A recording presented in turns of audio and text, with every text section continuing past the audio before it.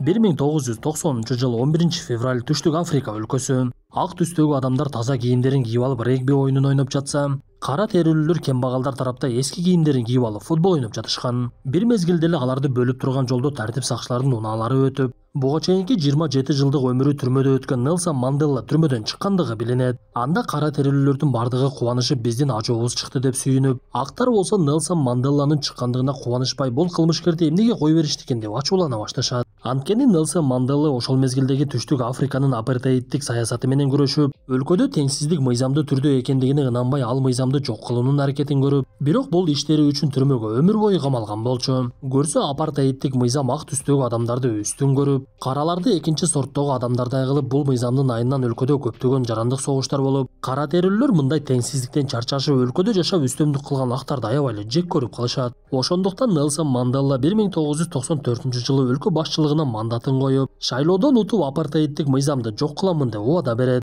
Анан дагы өлкөдөгү теңсиздикти түп тамыры менен жоюп, өнүгүүгө гана жол ачабыз деп, буга чейин адилетсиздик менен түрмөдө олтурган каарманыбыз биздин ажообузга окшоп тез эле өлкө башчысы болуп калат. Обан жана Каспий KZ жаңы уникалдуу сервис. Эми Мой.о аркылуу Каспий KZ'ге телефон номер боюнча акча которсо болот. Көз ачып жумгуча комиссиясыз пайдалуу курс менен. Ошондой эле Мой.о аркылуу Каспий QR менен төлө. Оңой жана тез. Ал эми казакстандыктар Каспий KZ аркылуу эл QR менен Кыргызстандан төлөй алышат. Болгону Мой.о же Каспий KZ гана керек. Барына ыңгайлуу, үйдөгүдөй. Мой.о Кыргызстандын бардык операторлорунун абоненттери үчүн. Нелсон Манделла биринчи эле күнү ак үйгө кирип бара жатса, ал жакта дээрлик 100% эле актар иштеп, бирок өлкө башчылыкка кара терилүү адам келгендиктен бардыгы эле иштен кетүүнүн аракетин көрө башташыптыр. Мындай жагдайды көргөн каарманыбыз ал жердеги жумушчулардын бардыгын топтоп, эгер сиздер жумуштан кетемин десеңиздер, өзүңүздөрдүн чечимиңиздер, мен сиздерди кыстай албаймын. Бирок мен сиздерди кетирип кара терилүүлөрдү гана жумушка ала турган эч эле оюм жок. Анткени бул өлкө бардыгыбыздыкы, карабызбы, акпызбы, бардыгыбыз бир укуктабыз. Ошондуктан кетүүнү каалабагандар калып ишиңиздерди улантыңыздар. Өткөн ишти унутуп, жамандыктарды кечиришели, андан көрө өнүгүүгө карай жол алалы деп бардыгына дем күч берет. Бирок Манделланын жаңы саясаты анын кээ бир тарапташтарын ойго салды. Анткени каарманыбыздын ишенимдүү жан сакчысынын жанына жардамчы болуп ак терилүүлөр келген мезгилде Джейсон аябай эле жини келип, бирок аларга берилген буйрукка Манделла өзү кол койгондугун билет. Анда Джейсон бул тууралуу Манделладан сураса, каарманыбыз Джейсонго жооп берип: "Ооба, мен сени түшүнүп турамын. Кечээ күнү эле актар менен душман болчук. Балким ошол эле адамдар биздин туугандарыбызды өлтүрүшкөндүр, бирок кечиримдүү болбойлубу? Өзгөрүүнү өзүбүздөн баштайлы да. Бийликке келип алуу эле мурдагы бийлик мынткен, мурдагы бийлик тигинткен деп ашага окшоп бардыгын жамандап олтура бербей, андан көрө көңүлүбүздү орчундуу маселеге буралы" деп Джейсонду көндүрөт. Ошондой күндөрдүн биринде өлкөнүн регби оюну боюнча башкы тайпасы Springboks Англиянын регби тайпасы менен беттешке чыкмак болот.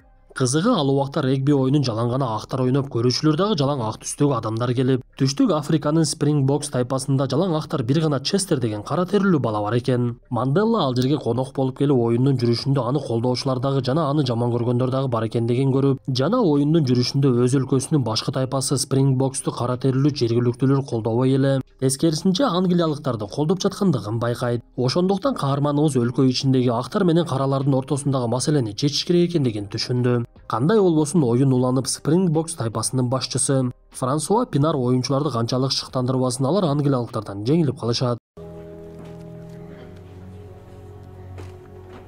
Бул окуядан кийин Springboks тайпасынын кадыр баркы түшүп, элдин бардыгы аларды жамандап, кара терилүүлөр болсо бул актардан турган тайпаны жок кылыш керек, алардан эч кандай пайда жок. Анткени алар апартеид убагында түзүлгөн, алардын кийимдерин дагы өзгөртүш керек. Бул актардын саясаты өлкөбүздө толугу менен жоюлуш керек деп ар кайсы партиялар чогулуштарды уюштура башташып, бирок ошол учурда Нелсон Манделланын ою такыр башкада болчу. Анткени бир жылдан кийин алардын өлкөсүндө регби боюнча дүйнөлүк чемпионат өтөт экен. Манделла бул тууралуу көп ойлонуп, регби оюнунун жардамы менен өлкөдөгү ар башка көз караштарды бириктирүүнү максат кылып, адамдарга түшүндүрүү иш-чарасын жүргүзө баштайт. Ал биринчи эле буга чейин Springboks тайпасын жок кылабыз деген топко келип, алардын алдына чыгып өзүнүн оюн жеткире баштады. Сиздер мага ишенип шайладыңыздар, демек мен сиздердин ишеничиңиздерди акташым керек. Ошондуктан мага убакыт берип айтканымды угуңуздар да суранамын. Өлкөбүздөгү актар мени душман көрүшүп түрмөгө 27 жылга олтургузушту.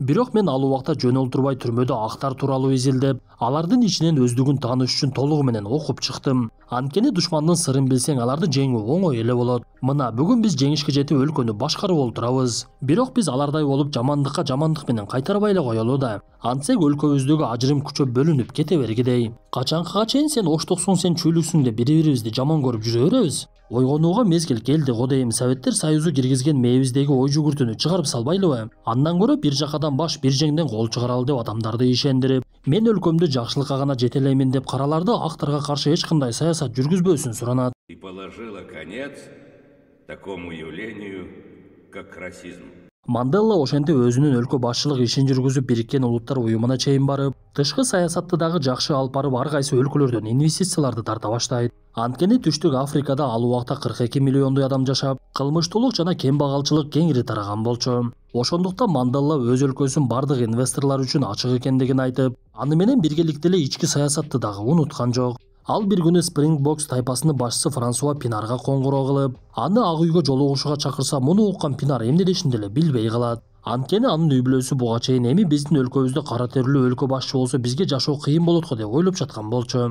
Бирок бардыгы тескерисинче болуп, Пинар өлкө башчысына жолугуу үчүн ак үйгө барып, Нелсон Манделла аябай кичпейил жана бардык нерсеге көңүл буруп турган адам экендигин көрөт. Анткени ал Пинардын буга чейин колунан жаракат алгандыгын билип, ал акыбалын сураганча колуңуз толугу менен айыгып калдыбы деп сурайт. Ал эле эмес, Манделла кол астындагы жумушчуларынын бардыгына кичпейилдик менен мамиле кылгандыгын көрдү. Кызыгы, Манделла Пинар менен регби оюну тууралуу деле сүйлөшпөй, өзү түрмөдө олтуруп башына кыйынчылык келип болуп жаткан сыноолорго жеңилейин деп калган учурда өзүнө өзү кандай күч кубат берип шыктанган мезгилдерин айтып берет. Анан дагы Пинарга силер мүмкүн эмес болгон нерсени жасашыңар керек деп айтты. Бул сөздөрдү уккан Пинар өлкө башчысы алардан жакында боло турган дүйнөлүк чемпионатта утуш керек экендигин айтып жаткандыгын түшүндү. Мындан соң Манделла регби оюну кандай өтө тургандыгы тууралуу маалымат алып, аны дүйнө боюнча түз эфирде миллиарддаган адамдар көрөт экендиги тууралуу билет. Анда каарманыбыз ал окуя менен дүйнөгө өз өлкөсүн таанытууга мүмкүнчүлүк бар экендигин билди. Ошондуктан каарманыбыз спорт министрине буйругун берип, буга чейин спортчулар бир кородон чыкпай машыгышса, бул жолу чемпионатка даярдыкты өлкөнүн ар башка булуң бурчунда өткөрүшсүн деп айтат. Анткени спортчулардын элге жакын болуусу алардын колдоочуларын көбөйтүүгө дагы шарт түзүп бермек. Ошондуктан алар автобус менен өмүрү барбаган жерлерге барышып, өлкөдө аябай кембагалчылык шартта жашаган адамдар бар экендигин дагы көрүшөт. Кызыгы, каармандарыбыз карапайым элдерге барышса, алардын балдары тайпадагы бир эле кара терилүү Честерди таанышып, башкаларына көп деле көңүл бурушкан жок. Бирок спортчулар жаш балдарга өздөрүнүн оюнун үйрөтүп, ортодо байланыш пайда болуп, убакыт кызыктуу өтүп, каармандарыбыз аларга регби топторун белекке беришип кайрадан кетишет. Бул окуя сыналгыга чейин чыгып, дээрлик жарым кылымдан бери актар менен каралардын ортосунда бир аз болсо дагы байланыш пайда болуп, аны көргөн Манделла кубанып, максаты оңунан чыга баштагандыгын байкайт. Бирок ар бир көрүлгөн аракеттин экинчи тарабы бар эле. Нелсон Манделла убактысын толугу менен жумушка арнагандыктан үй бүлөсүнө көңүл бура албай, анан дагы кызы атасынын актар менен жасап жаткан мамилесин жакшы көргөн жок. Анткени Манделла түрмөгө камалган мезгилде анын үй бүлөсүн актар үйүнөн коолоп чыгышкан болчу. Бирок мындай жагдайларда эле Манделланы токтотпой, ал жасаган ишин уланта берет. Дүйнөлүк чемпионатка бир жума калган мезгилде өлкө башчысы регби оюнчуларына барып, аларга толугу менен ишенип тургандыгын айтып, жана алардын ар биринин атын жатка билет экендигин көрсөтөт. Буга чейин бир дагы кара терилүү ак түстөгү оюнчулардын аттарын билчү эмес. Ошондуктан каарманыбыздын бул адаты оюнчуларды шыктандырып, алардын чемпионаттагы эң биринчи оюну Австралия менен болгондуктан өтө катуу даярданышат. Анткени бул оюндун адистеринин бардыгы Түштүк Африка өлкөсү Австралияны жеңе алат деп ойлогон эмес. Ал эле эмес, сыналгыга чыккан кабарчылар дагы регби оюнчулары тууралуу жаман маалыматтарды беришип, Түштүк Африка убактысын кетирип жөн эле аракет кылып жатат. Дүйнөлүк мелдеште аларда эч кандай мүмкүнчүлүк жок деп айтышат. Сыягы Спрингбокстун жеңүүсүнө бир эле Манделла ишенип жаткандай. Бирок күч атасын тааныбайт дегендей, Спрингбокс тайпасына эч ким ишенбей жаткандыгы менен алар жеңүүчү болуп чыгышып, дүйнөлүк мелдештин оюнун ийгиликтүү башташты. Бул жеңиш оюнчуларга күч берип, тайпанын башчысы Пинар Манделла жөнөкөй адам эмес экендигин түшүнүп, өлкө башчысын ичинен таануу каалап, ал буга чейин өмүрүнүн 27 жылын өткөргөн түрмөгө барат. Пинар Манделланын жаткан бөлмөсүнүн аябай кичинекей экендигине таң калып, ушундай кыйынчылыкта сынбаган адам демек бизди жакшылыкка жеткирет деп толугу менен ишенди.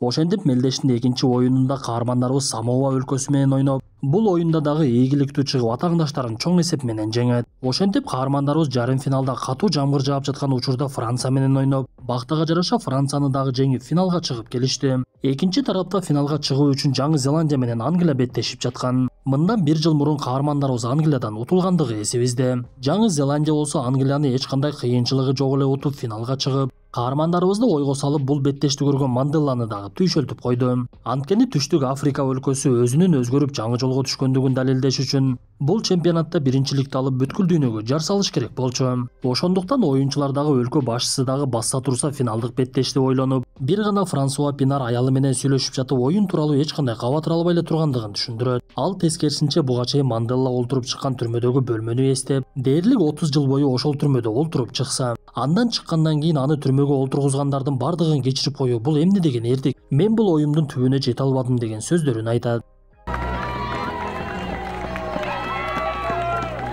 Ошентип финалдык беттеш өтө турган күн келип, бул жолу Түштүк Африкада абал такыр башка жакка өзгөрүп, буга чейин кара терилүүлөр регби оюнун актардын оюну деп жаман көрүп жүргөндүгү менен бул жолу жапатырмак өздөрүнүн тайпасы Спрингбоксту колдой башташат. Финалдык беттеш Элис Парк стадионунда өтүп, ал жерге элдер бат эле толушуп, 63 000 орундуктун бир жери дагы бош калган жок. Бир мезгилде ал жерге Нелсон Манделла дагы келди. Ошол учурда өлкө башчысынын жан сакчылары эки жакты карашып, стадиондогу тынчтыкты сактап, бардыгы жакшы экендигин көрүшүп, бир мезгилде Джейсон ал тарапка учуп келе жаткан жарандык учакты көрөт. Анда Джейсон чочулап, чоң кырсык болот окшойт деп адамдарына маалыматтарды жеткире баштады. Бирок учак дагы эле стадиондун үстүнөн өтүп, Спрингбокс тайпасына ийгилик деген жазууну көрсөтөт. Көрсө авиация кызматкерлери бул тууралуу эч кимге айтпай өздөрүнүн колдоосун көрсөтөлү дешкен экен. Эми кандай болбосун, оюнчулар оюн талаасына чыгып беттеш баштала турган болуп, алардын алдынан Нелсон Манделла Спрингбокстун кесиптик кийимин кийип чыгат. Ал оюнчулардын бардыгы менен учурашып, ийгилик каалап өзүнүн орундугуна кетти. Бул убакта окуяны миллиондогон адамдар сыналгыдан көрүп жатышкан.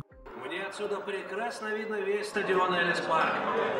Стадиондо эки өлкөнүн тең гимни ырдалып оюн башталаардын алдында Жаңы Зеландия ар бир оюндагы адатын аткарып Маури бейсин бийлешет. Ошентип бир мезгилде оюн башталып, бардыгынын көңүлү оюн талаасына түштү. Анда эки тарап тең бири-бирине катуу каршылыгын көрсөтүп, топко көбүнчө ээлик кылганга аракет кылышып, биринчи эсеп санын Жаңы Зеландия ачып 3-0 болот. Бирок Түштүк Африка деле кем калышпай өздөрүнө упай жыйнап, арадан бир канча убакыт өткөндөн кийин 9-9 эсебинде оюн уланат. После основного времени счет 9-9, а сейчас 5-минутный перерыв. Бирок негизги мөөнөт бүткөн мезгилде эки тайпа тең-тең чыгып 20 мүнөттүк кошумча убакыт берилип, бул жолу деле атааңдаштар 12-12 эсебинде тең кете башташат. Ошентип кошумча 20 мүнөттүк убакыттын бүтүшүнө аз эле калып, эки тайпа тең болгон күчү менен тирешти катуу жүргүзүп жаткан. Бир мезгилде каармандарыбыздын арасынан Джоэл деген оюнчуга топ жетип, ал акыркы мүмкүнчүлүк экендигин түшүнүп атааңдаштардын дарбазасына топту тепти.